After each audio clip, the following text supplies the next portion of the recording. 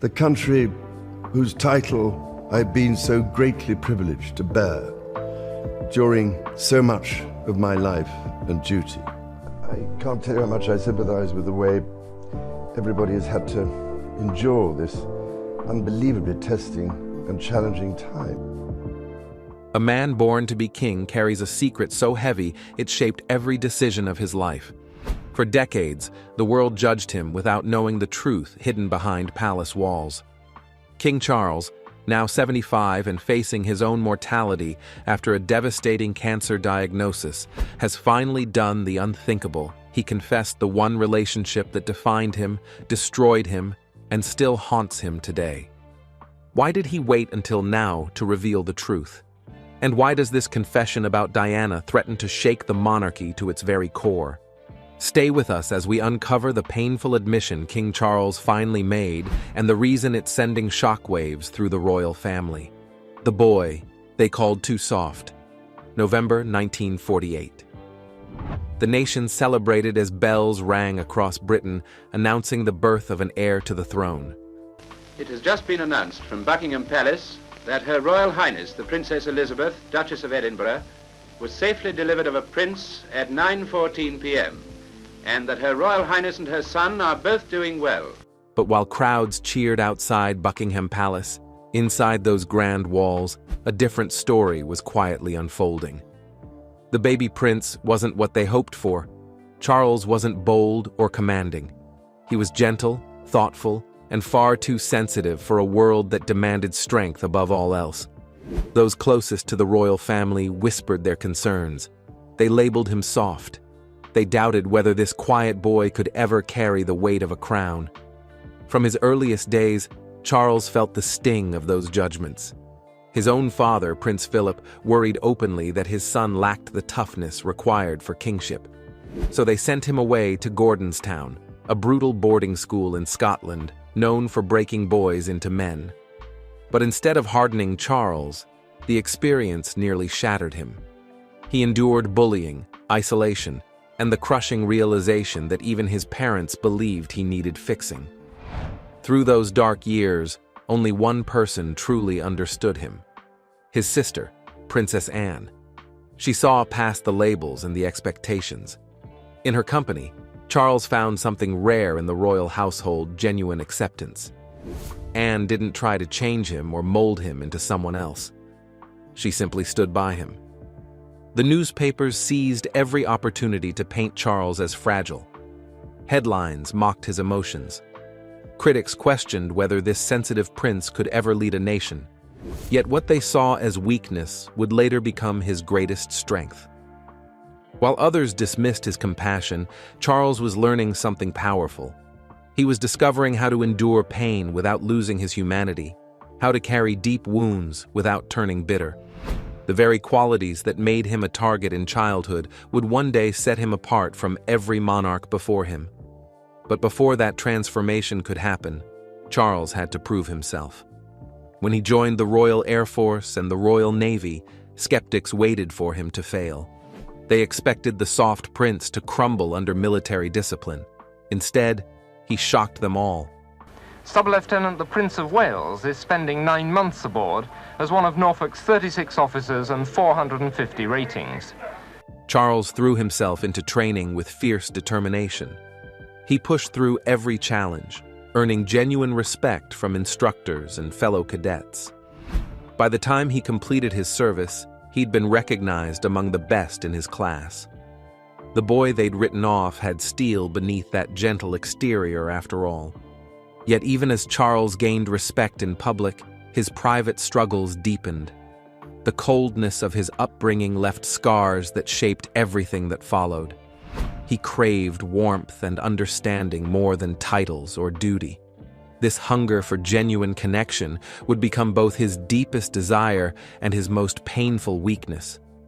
Then came the early 1970s, and everything changed. At a polo match, through mutual friends, Charles met someone who made him feel truly seen for the first time. Her name was Camilla. There was an ease between them that Charles had never experienced with anyone else. Camilla laughed at his jokes without pretense. She challenged him in conversations. Most importantly, she made him feel accepted exactly as he was, flaws and all.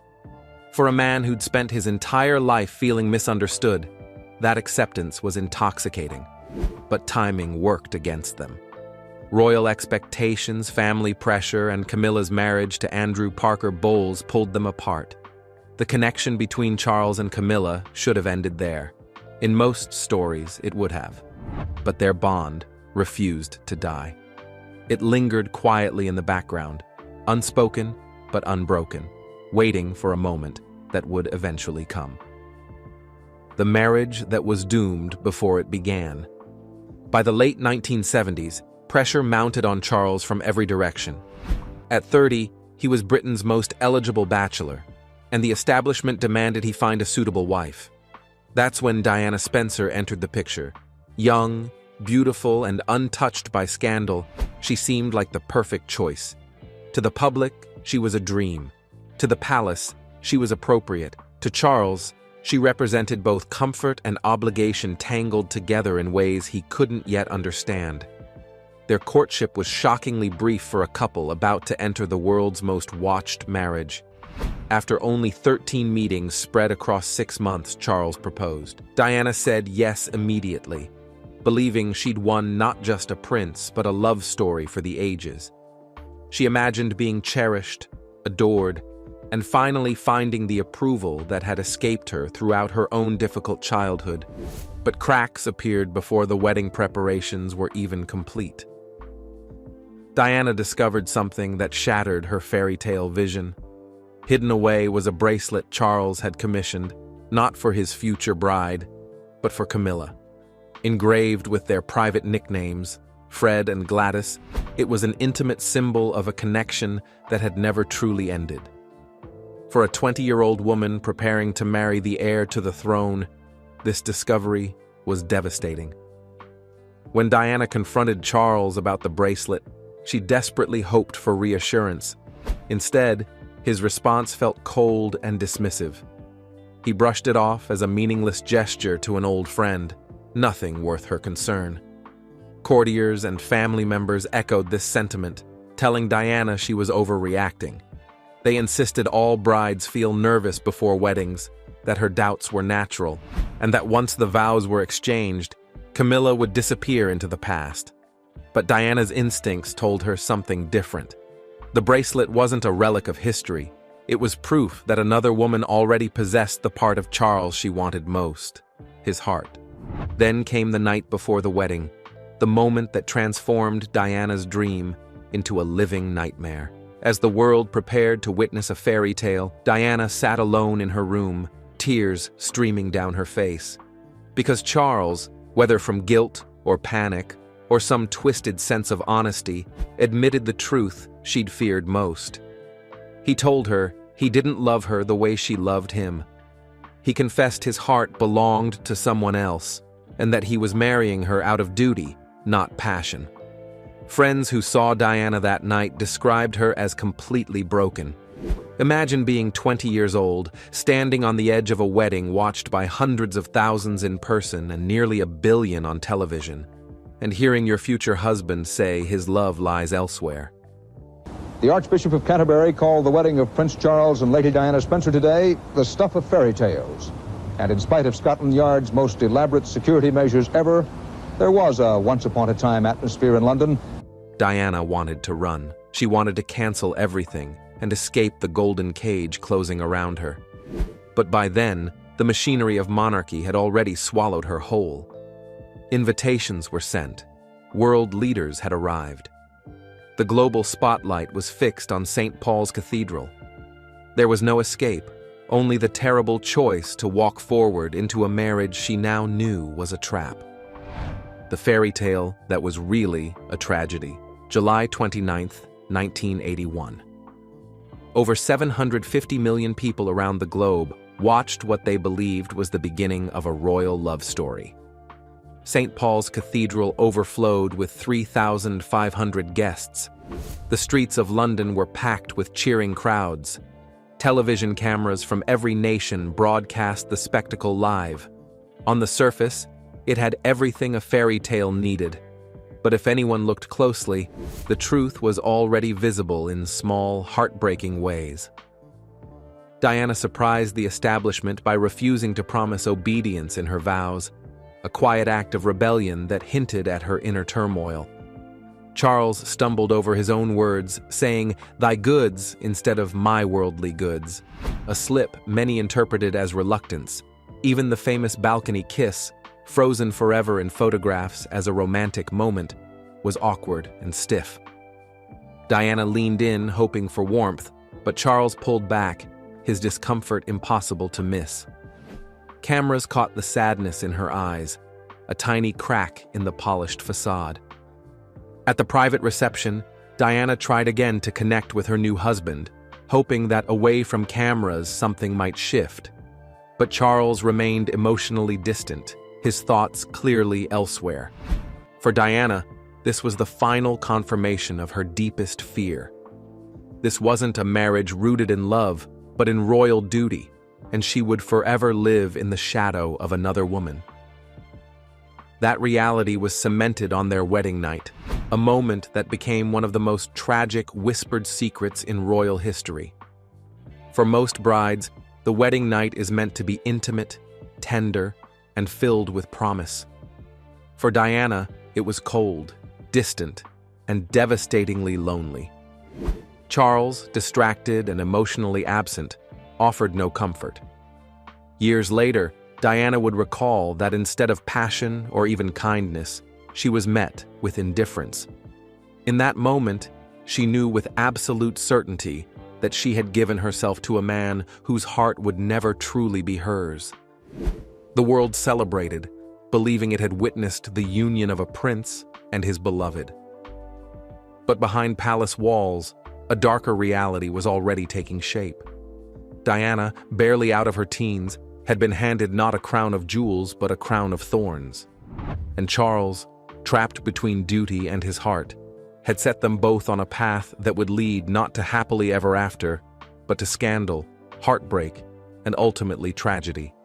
The confession Charles made the night before their wedding, that he could never love Diana as she deserved, was the spark that revealed everything. It was the moment the fairy tale died before it even began.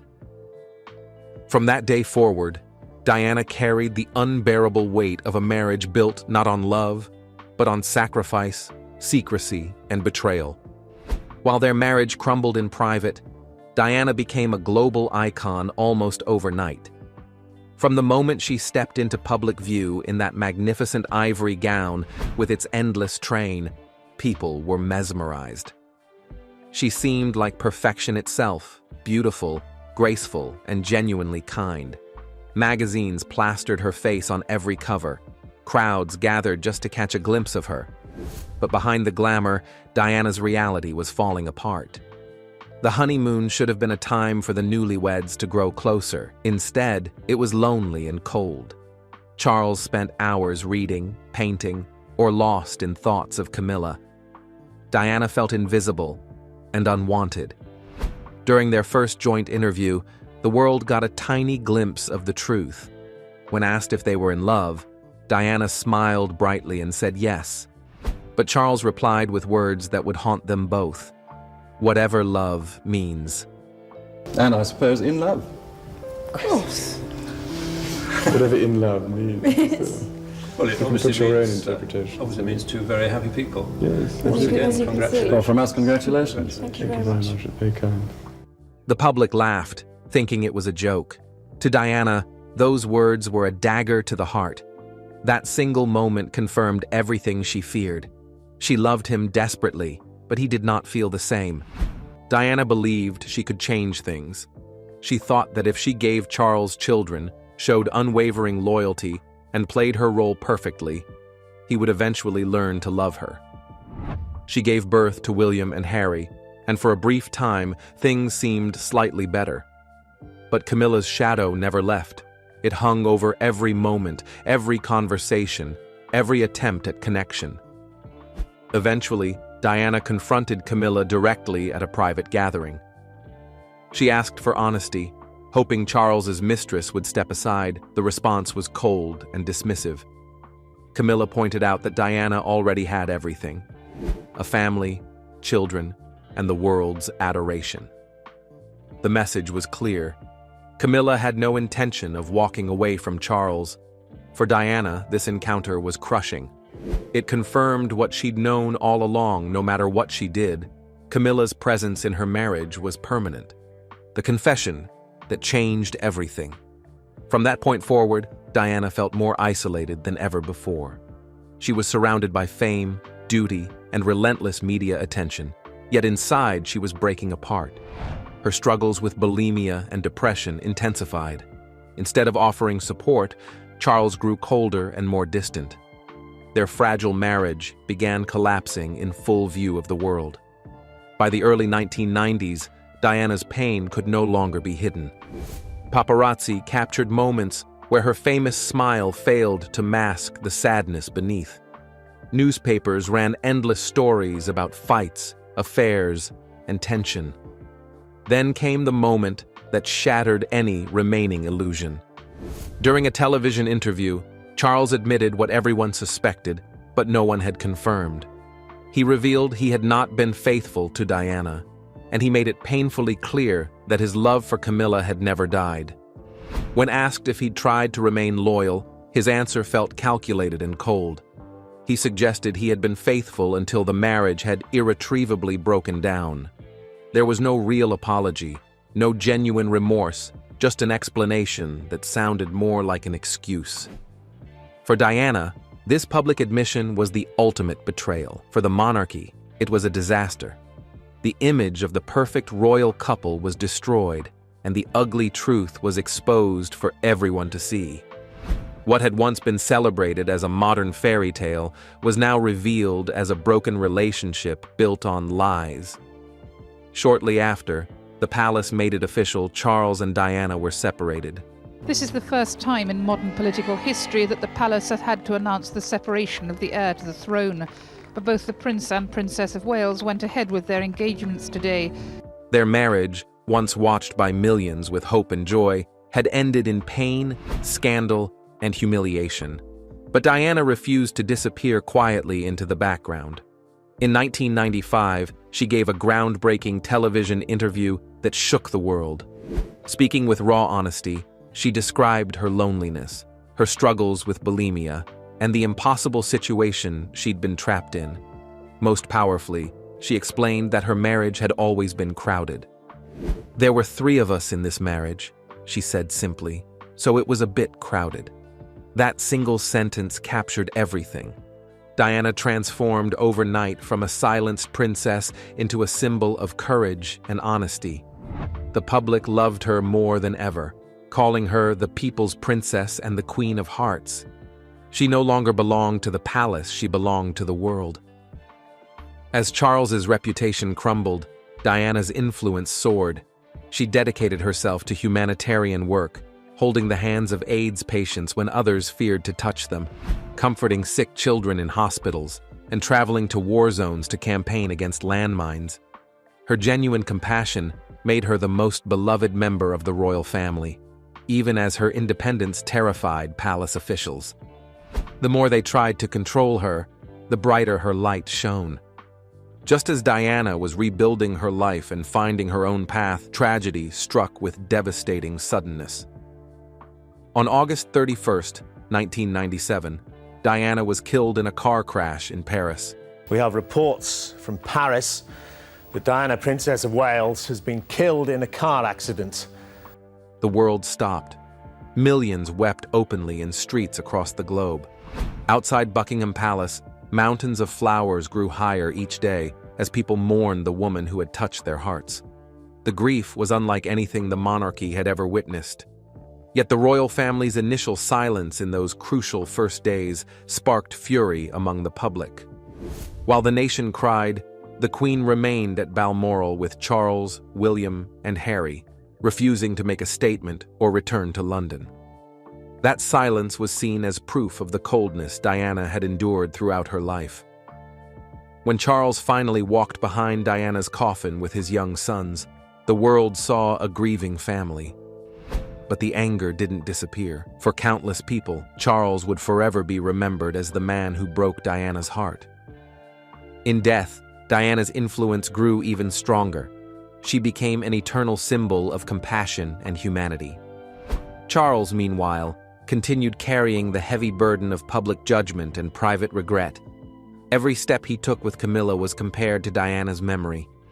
Every headline reminded the world of the woman they had loved and lost. And now, at 75, those close to King Charles say he carries deep regret about his marriage to Diana. They reveal that Charles looks back with genuine sorrow, wishing he had treated her differently, wishing he had not placed his own desires above her happiness and well-being. In his later years, he has come to truly see Diana for who she was, a rare and extraordinary soul who deserved so much better than what he gave her. Life may have been harsh on Charles, judging him unfairly at times. But in his personal struggle between love and duty, he was far harsher on Diana. That truth has weighed heavily on him, and in moments of painful honesty, he has admitted as much. His greatest confession isn't about scandal or political missteps. It's the quiet, personal admission that he failed the woman the world adored, the woman who gave him sons, the woman who only wanted to be loved. So what do you think about King Charles's confession and the shadow of Diana that continues to follow him even today? Do you believe his regret is genuine, or has too much time passed for redemption to mean anything? Has he finally found peace, or will Diana's memory haunt the monarchy forever? We want to hear your thoughts, so share them in the comments below. If this story moved you or opened your eyes to a side of royal history you never knew, make sure to hit that like button and subscribe to our channel for more revealing content. Don't miss the next video on your screen, it's something you absolutely need to see.